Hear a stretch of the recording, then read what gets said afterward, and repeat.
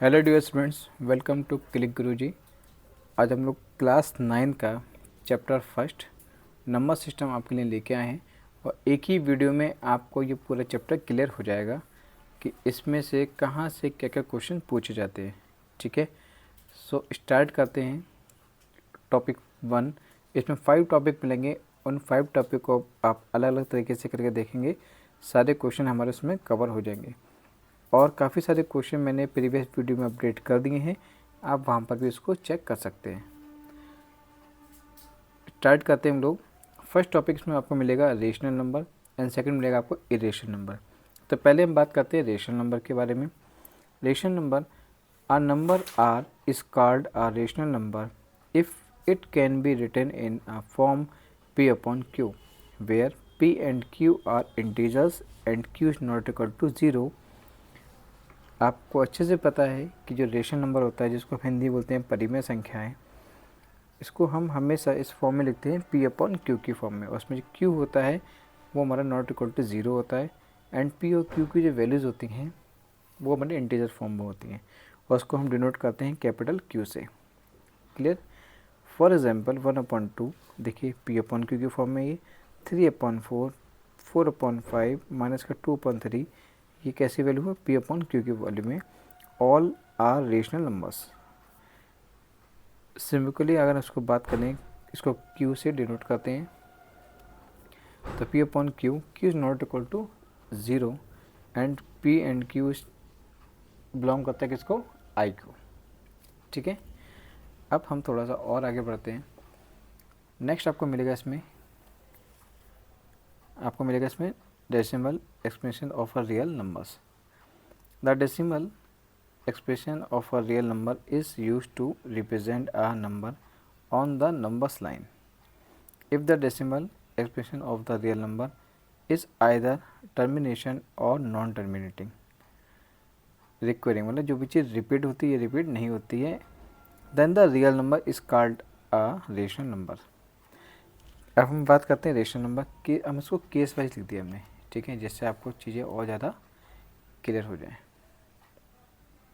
देखिए, व्हेन, मैं पूरा कवर कर देता हूँ आपको यहाँ तक। When reminder become 0, every rational number p upon q is not equal to 0 can be expressed as a decimal on the dividing p by q। When the remainder becomes 0, then the decimal is called a terminating decimal। For example 1/2, इसको हम divide करने हो जाएगा decimal में 0.5।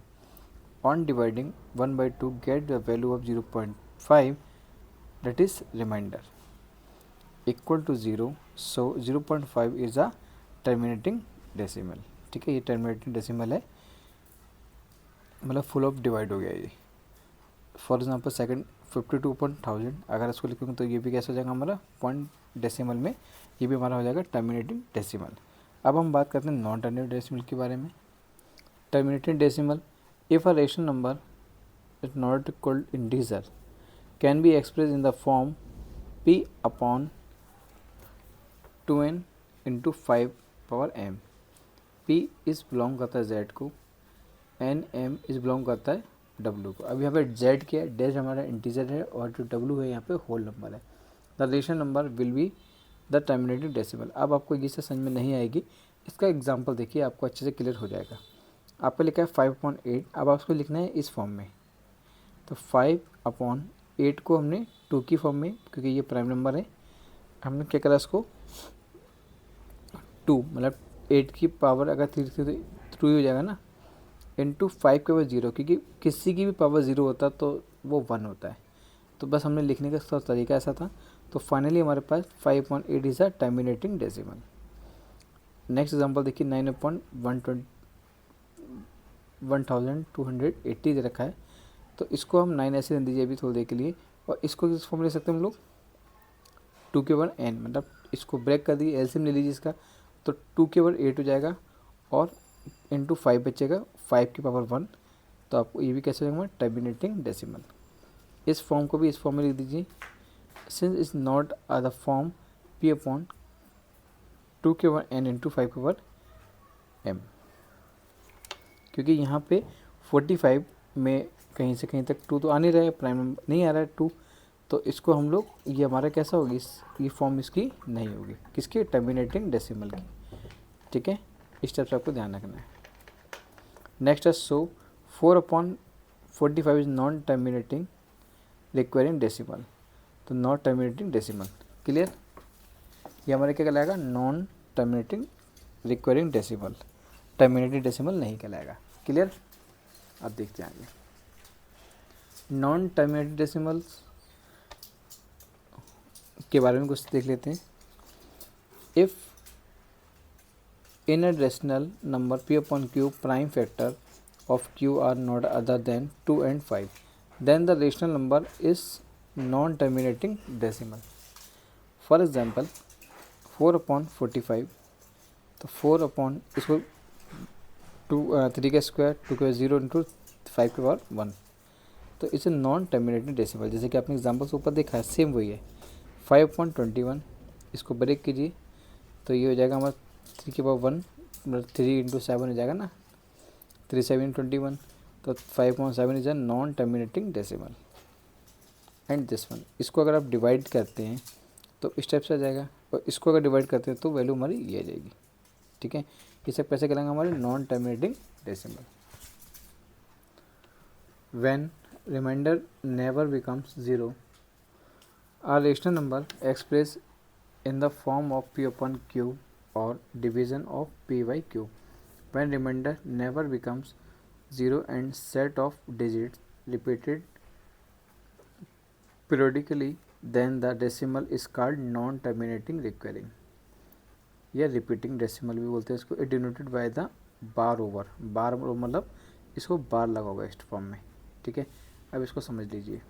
Example 1/3, अब जब 3 को 1 में डिवाइड करेंगे तो आ जाएगा 0.333 चलता चला जाएगा एंड सो ऑन तक, तो इस पर बार लगा दीजिए।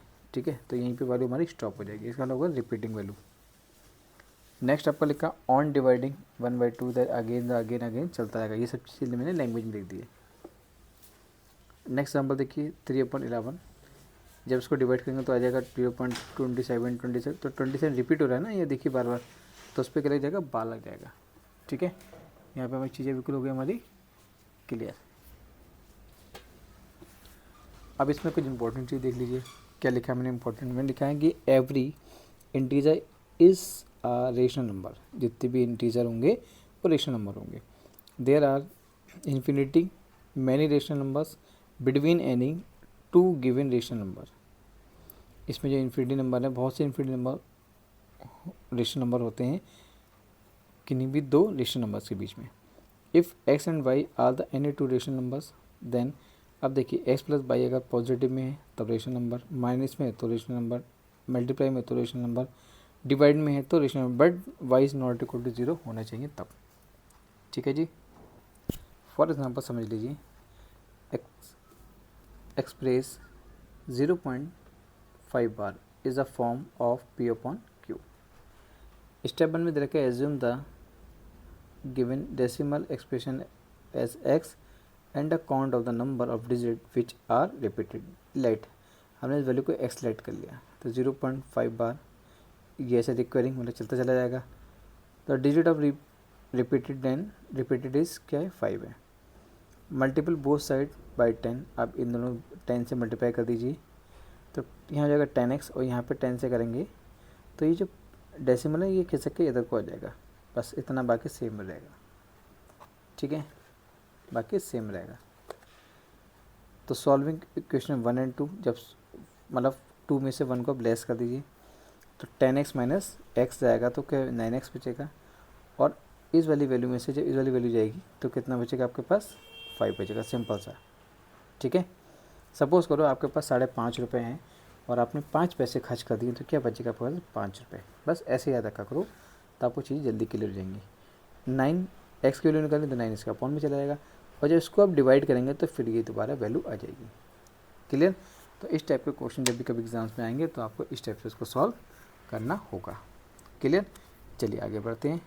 अब हम बात करते हैं इरेशनल नंबर्स के बारे में।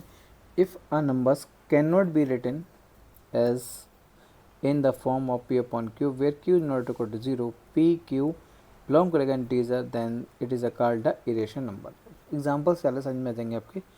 √2, √3, √5, √2+5, √3 -√7 या पाई एक्सेट्रा जो भी हो are all irrational number. The decimal expression of the irrational number is the non-terminating and non-recurring. The addition, subtraction, multiplication, division of the irrational number is a irrational number. If x and y are the two real numbers where x is a rational and y is a irrational, then x and y is an irrational number, x minus y irrational number, x multiple irrational number, x divided irrational number. ठीक है, ये सब कैसे irrational number. चलिए example लेते हैं। Located √17 on the number line, ये question exam में पूछा जाता है। Write the given number without root as the sum of the square of the two natural number. हमने इसको टू नेचुरल नंबर में इसको हम डिवाइड करेंगे, मतलब इसको सम करेंगे। 17 को लिख सकते हैं 16 + 1, क्योंकि ये और विदाउट रूट की बात कर रहे हैं। तो ये को 4 का स्क्वायर प्लस 1 का स्क्वायर कर सकते हैं इसको। तो draw this two natural number on the number line in which one is perpendicular to other. ठीक है, ड्रॉ कर दिया हमने इसको हमने OA कह दिया, इसको हमने OB कह दिया, किसको 1 को। ठीक है, ये हमने पाइथागोरस से इसको हम सॉल्व करेंगे। Draw there are two natural number is a line of one perpendicular to the other.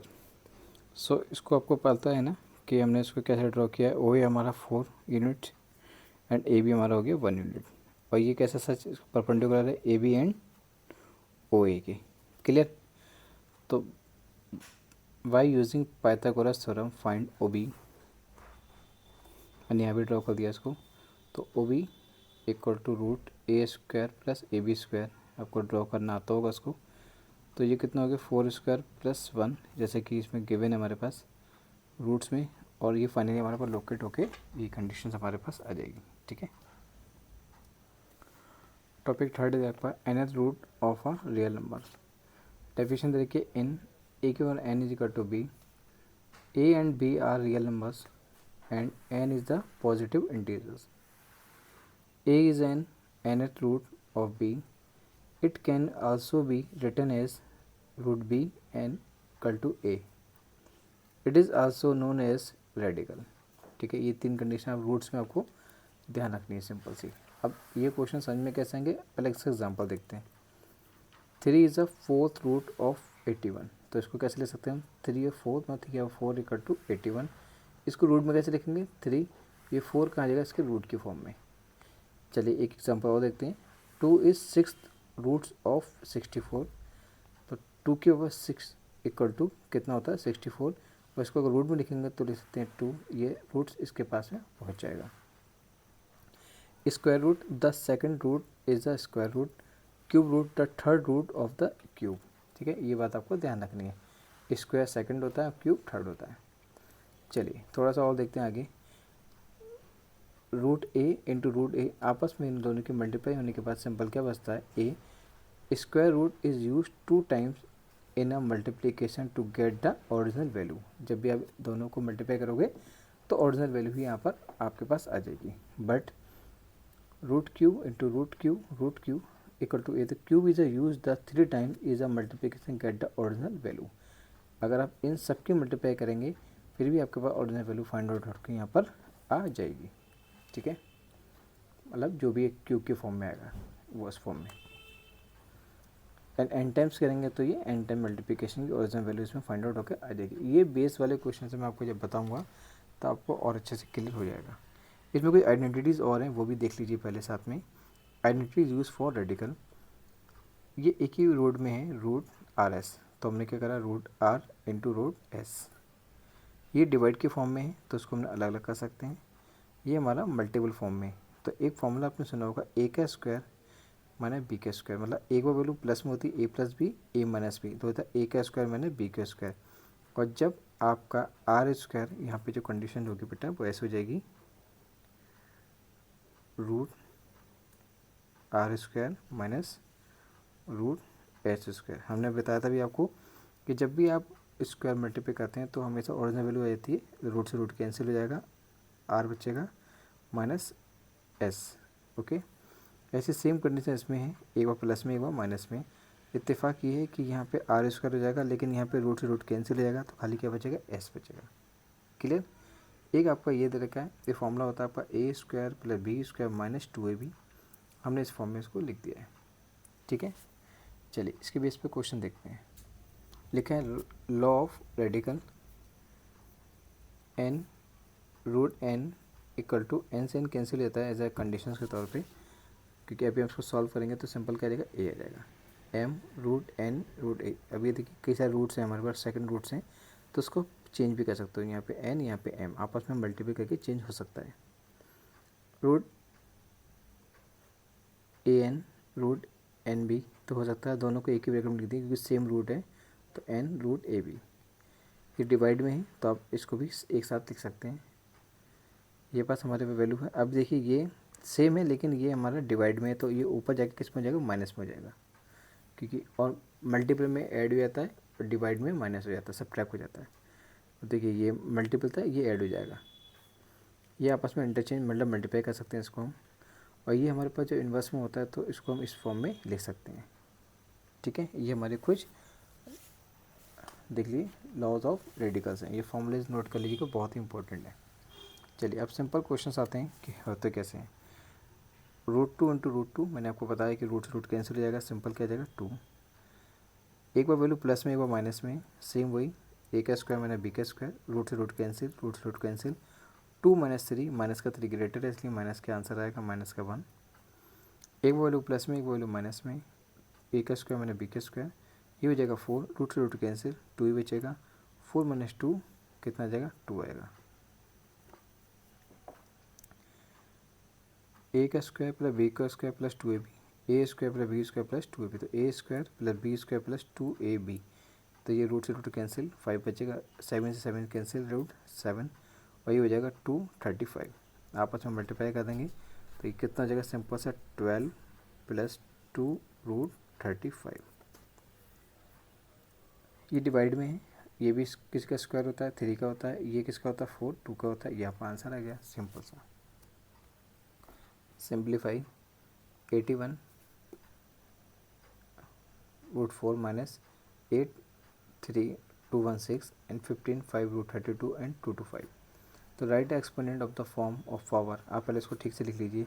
इसको हम लिख सकते हैं 81, अब ये रूट में इसको ले सकते हैं 1/4, माइनस है तो माइनस लगाइए, 2 ले सकते हैं 1/3, 15 32 को ले सकते हैं 1/5 प्लस 225 को ले सकते हैं 1/2, क्योंकि रूट में अगर नहीं लिखा है तो अंडरस्टूड होता है कि 1/2 उसको लिखना होता है हमको। फैक्टराइज द रेडिकल, अब आप इसके फैक्टराइज करेंगे 81 के तो हो जाएगा 3 इंटू 3, 3 क्या 4 हो जाएगा, ऑलरेडी 1/4 दे रखा है। 216 के फैक्टर्स करेंगे तो 6 के ऊपर 3 होता है, और ब्रैकेट के बाहर के ऊपर करता है एक्सपोनेंट कितना है 1/3। 32 के फैक्टर्स करेंगे 2 की फॉर्म में तो 2 के और 5 होता है। ठीक है, फैक्टर्स करने आप सभी को आते होंगे, एलसीएम लेना है आपको। और 2 to 5 किसका होता है 15 का स्क्वायर। अब यहाँ देखिए 4 से 4 कैंसिल हो जाएगा, यहाँ से 3 से 3 कैंसिल हो जाएगा, 5 से 5 कैंसिल, 2 से 2 कैंसिल। अब सिंपल क्या बचेगा आपके पास, देखिए यहाँ पे 3 बचा, यहाँ पे 8 और 6 बचेगा ये वाला, मैं यहाँ पे भी कैंसिल कर देता हूँ, एक स्टेप और है। और यहाँ पे कितना बचेगा 5 इंटू 2 15 इंटू 2 और ये 15, ये हो गया आपका 48, ये 30, इन सबको आप ऐड करेंगे तो ये भी 48 में से 48 जाएगा तो कितना बचेगा आंसर आपका 0। ठीक है, बस इतना देखने में टफ क्वेश्चन है, उतना ही सिंपल इसका आंसर आ गया। चलिए next topic, law of exponent with integrals power. Let A is greater 0, A अगर बड़ा है 0 से तो be a real number and R the rational number. ये कुछ डिविजन्स वाले फॉर्मूलेज हैं जो मैंने आपको अभी पहले ही बताए थे। ए आर एंड ए के ऊपर एस, तो मल्टीपल में पावर ऐड हो जाती हैं, इनके आप मल्टीप्लाई कर सकते हैं, डिवाइड में माइनस हो जाता है, एंड ये दोनों सेम है but power exponent power same है तो उसको ब्रैकेट में करके हम पावर ऐसे ले सकते हैं। ये इन्वर्स में है ठीक है। तो इसको आप अपॉन में रेशनल नंबर लिख सकते हो। ये इस फॉर्म में है तो आप इसको इस फॉर्म में कन्वर्ट कर सकते हो, ठीक है, चाहे ऐसे भी लिख सकते हो। एंड नेक्स्ट है आपका A upon B whole power R, तो A R and B R. एक चीज़ आपको मोस्ट इम्पोर्टेंट ध्यान रखनी है कि किसी की पावर अगर 0 होता है तो उसका आंसर ऑलवेज 1 होता है। ए अपॉन बी माइनस का आर, इसको आप पलट सकते हो, ये माइनस है ना, तो जब इसको पलटोगे तो बी ऊपर हो जाएगा, ए नीचे जाएगा रेसिप्रोकल कंडीशन में, और ये माइनस का ऑलवेज प्लस हो जाता है जब भी कभी ऐसी कंडीशन में आप इसको मूव करते हो तब। क्लियर? और ये हमारा चैप्टर कंप्लीट। जैसे इस एग्जाम्पल 3 की पावर 4 इंटू 3 की पावर 2, मैंने आपको बताया था मल्टीपल पावर ऐड हो जाती है, ऐड कर लीजिए, सिंपल आंसर आ जाएगा इतना। डिवाइड में इसको माइनस करना है, आंसर आ जाएगा इतना।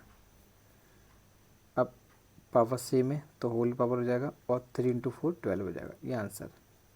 मैंने अभी आपको बताया था कि इन्वर्स में हो, इसको आप सिर्फ पलटना है, आपको पलट दीजिए, ये माइनस का प्लस हो जाएगा, 5 ऊपर 3 नीचे, आंसर। ये इन्वर्स में है, कोई बात नहीं, आप इसको पलट दीजिए, पॉजिटिव हो जाएगा और रेसिप्रोकल भी ख़त्म। ये इसको आप इस फॉर्म में ले सकते हैं, आंसर। ये बहुत ही सिंपल और अच्छे क्वेश्चन है और एग्जाम से अच्छा स्कोर कवर कर सकते हैं यहाँ से आप। अब नेक्स्ट है फाइंड द वैल्यू ऑफ, ये क्वेश्चन दे रखा है आपका 3 की पावर 40 प्लस 3 की पावर 39 एंड 3 की पावर 8, ऐसे क्वेश्चन नीचे फॉर्म में दे रखा है। इसमें सबसे स्मॉल जो वैल्यू है ना उसको बाहर ले लीजिए, यहाँ से सबसे स्मॉल वैल्यू को बाहर ले लीजिए, कॉमन निकाल लेते हैं। तो बाहर लेंगे 38 ले लेंगे तो क्या बचेगा, स्क्वायर बचेगा, 2 बचेगा यहाँ पे, या 1 बचेगा, यहाँ कुछ नहीं बचेगा क्योंकि हमने ये कॉमन लिया तो ये 1 हो जाएगा। ऐसे सेम इसमें कॉमन लिया, 49 में 1 में से 39 जाएगा तो 2 बचेगा, 40 में 39 तो 1 बचेगा और माइनस का 1।